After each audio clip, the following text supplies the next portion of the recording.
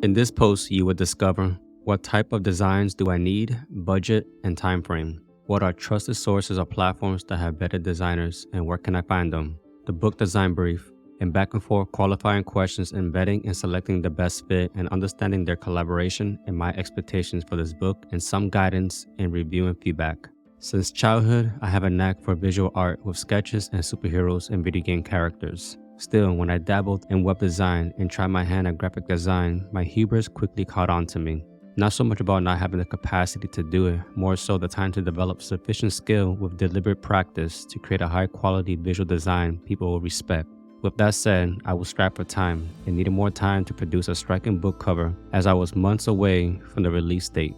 I still had to draft up a publishing and marketing strategy, for instance, which publishing platform to launch my book and whether I go exclusive on Amazon for ebook or go wide, while handling business tasks like filling out tax information, copyright, LCCN, and ISBN, plus which social media channels to focus on and specific type of content to publish that's not salesy. In my previous video about the edit collaboration, where I chose the Reedsy platform to find and collaborated with an editor, I returned to the Reedsy marketplace to find and collaborate with a book designer. I thought I was prepared for the book design brief by referencing my book edit brief. Well, I was wrong, as the designer's responses pointed out some details I did not consider, such as advertising material, what type of book designs are available, and which do I need. While already familiar with the Reedsy marketplace, I went straight for the book cover design service, although there were a few other options that piqued my interest, which I'll cover soon. In the selection boxes, I specified poetry as a genre. I sift through all the designers' portfolios for a Gothic Victorian book cover design. After the exhaustive narrowing down of the 5 freelancers I selected, I was ready for the next step, the book design brief. Before I go into that topic, the other services included are book interior design, illustration, production management, and typography. I was sure about the book cover. I could handle the book interior design with Vellum or Atticus. I was wrong again after experimenting with the Atticus app. It's not yet capable of customizing margins that's often found in poetry formatting. Therefore, I still need help manipulating margins for a poetry book. As for illustration, I envisioned each sub-theme section with pining and heartbreak. For example, to have a beautiful sketch that encapsulates what those words visually symbolize. There was no need for production management. I prefer to manage the whole project myself and enjoy every bit of it. As for typography, I read that it's mainly custom font designs like decorated drop caps. After some contemplation, I passed over this option as well. So that covers what services are available for design now. We can finally move on to the book design brief. After the experience I had in the book edit brief, I was more comfortable filling out the design brief until I found out I wasn't. First, I specified the format I wanted, EPUB and print-ready PDF.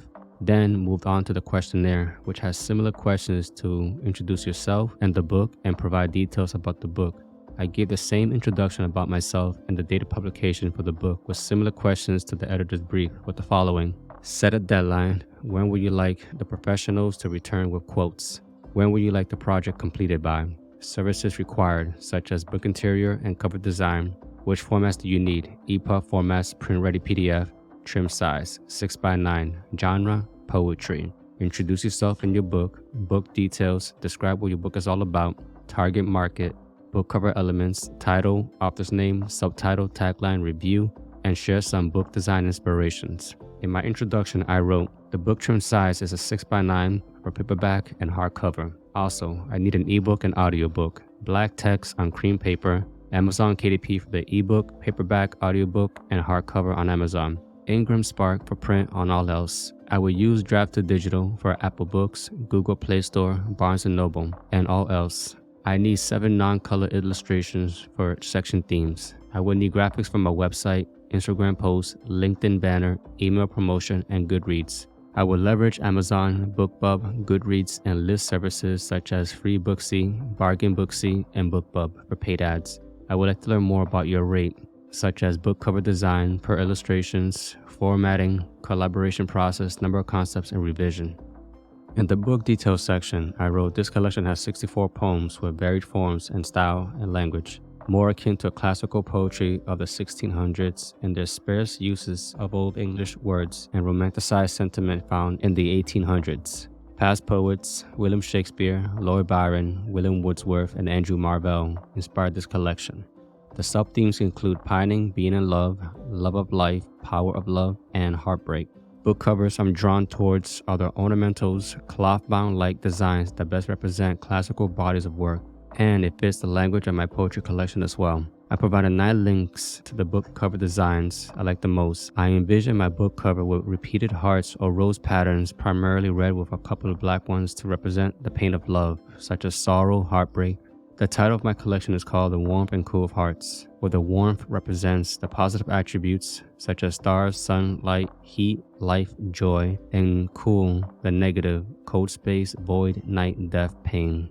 After that, I will submit up to 10 book cover design inspirations. This part is where I nerd out a bit. Given my love for vintage hardbound covers, mainly from classical literature, here are some examples I included in the brief.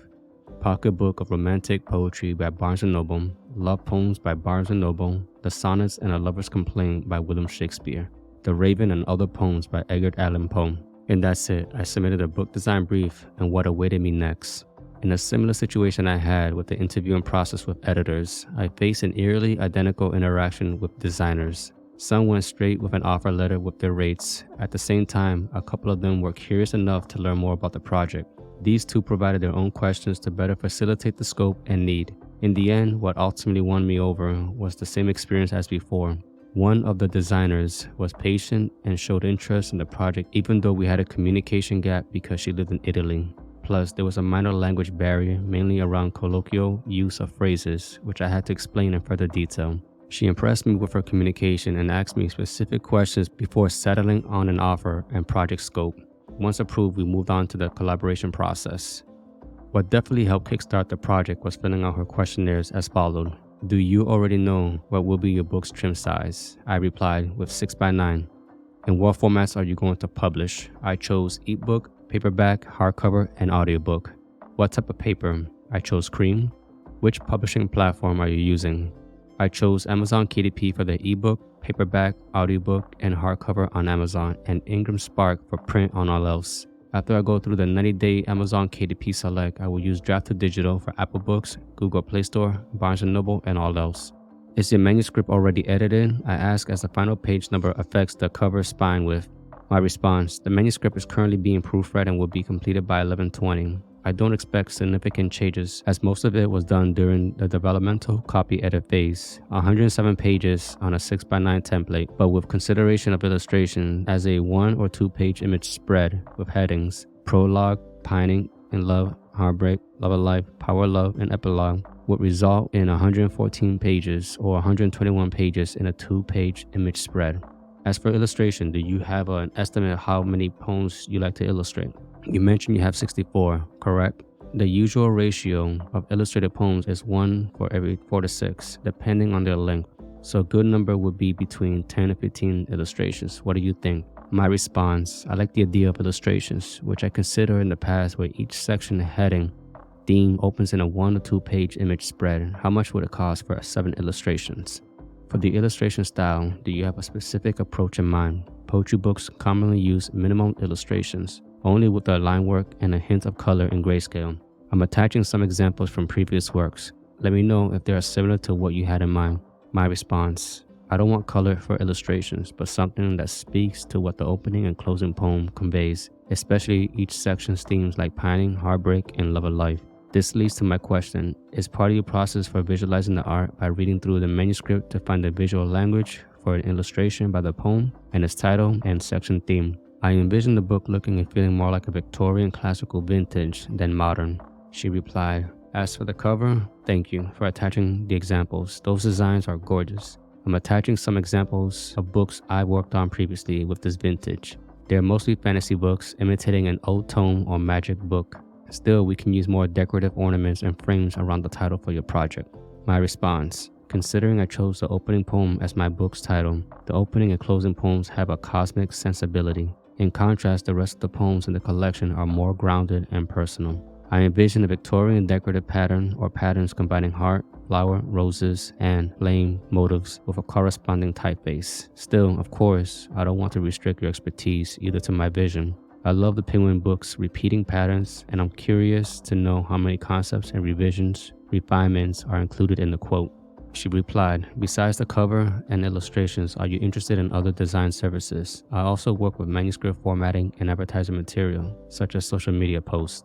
My response: "I'd like to know your formatting costs because I initially planned to do it myself with formatting apps, but I learned that my poems are narrative-like in their length, so after testing the margins, it didn't sit well with me in my attempt so far, and I may have to consider a different trim size. Let me know what your thoughts on this. I will need graphics for my website. You can see some dimension examples on there for virtual book cover, Instagram, LinkedIn banner, email promotion, and Goodreads. I will leverage Amazon, BookBub, Goodreads, and list services such as FreeBooksy, BargainBooksy, and BookBub for paid ads." That covered the initial part of the collaboration, and I was going to do my own book interior design, also known as typesetting. But the software called Atticus is not equipped to handle poetry formatting around margin, which did not pan out. However, I underestimated the project cost and timeline added with the illustration, and an unfortunate lack of support for poetry formatting in Atticus. By this point, we are in the middle of November, 3 months away from the launch date.